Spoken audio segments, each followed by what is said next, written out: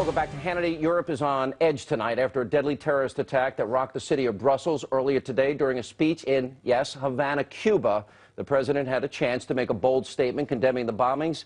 He only spent 51 seconds talking about that topic. After the speech, with the death toll number rising and the number of injured rising, instead of returning to Washington, well, the president decided to hang out with his communist dictator murdering friends, people like Raul Castro, and he found it appropriate to do the wave. While Europe is under attack by Muslim extremists, there's your president busy thinking that's appropriate. Joining us with reaction, former New York City Mayor Rudy Giuliani.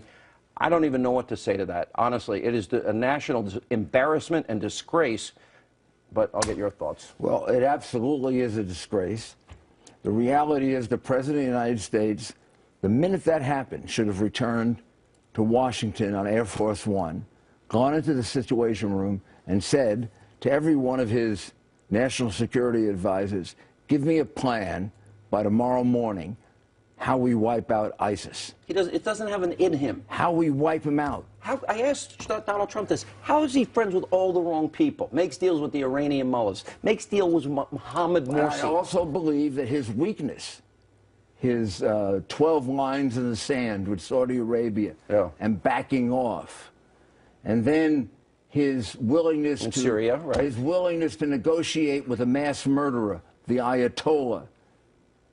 These are the things that make them bolder. And we've been attacked in the United States. San Bernardino, Fort Hood. Wait a minute, that was workplace violence. So you got to get that right, Mr. Mayor. Workplace violence. This is absurd.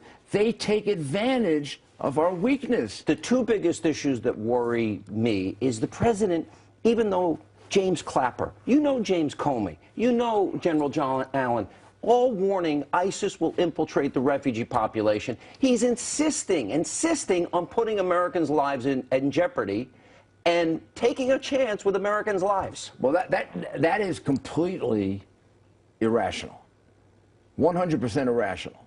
We should not let anybody who has any possible, even arguable connection to them into the United States. But more importantly than that, we should have a plan to wipe them out. We don't. We should wipe ISIS off the face of the earth. Let me bring politics into this, because I agree with what Donald Trump said. If I had access to the so-called mastermind, he's right, he's an evil guy. We had the guy, this was in retaliation to his arrest last Friday. So there are obviously cells all throughout Europe, and he has the information about where these people are. Hillary's saying, no, we can't interrogate him. We can't use enhanced interrogation. So people may die because we're too weak to interrogate him the right way. And this reluctance and resistance to even say radical Islamic terrorism, it's not funny anymore. Women and children and people are dying. Nearly 100 attacks worldwide since Obama has been president. Innocent people slaughtered in a NATO ally, Belgium, that we have an obligation under our treaty to defend. Does this become a pivotal moment in this campaign? When I ran for president in 2008, I was asked a question, if there was an attack like this, what would I do? And I said what I would do is I'd call in the head of the CIA, and I'd have 10 pardons on my desk. And I would say, in 4 hours, you get me the information. I don't care what you have to do. And then you'll pardon him. And I'll pardon him. You just get me the information, and I will save innocent lives. I'm sorry, I will not let a terrorist murderer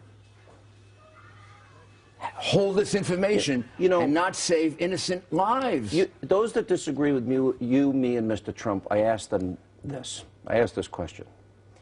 Okay, let's say 3 guys come into your house and kidnap 2 children, and 2 of the guys get away in a van with your kids, and you tackle the 3rd one.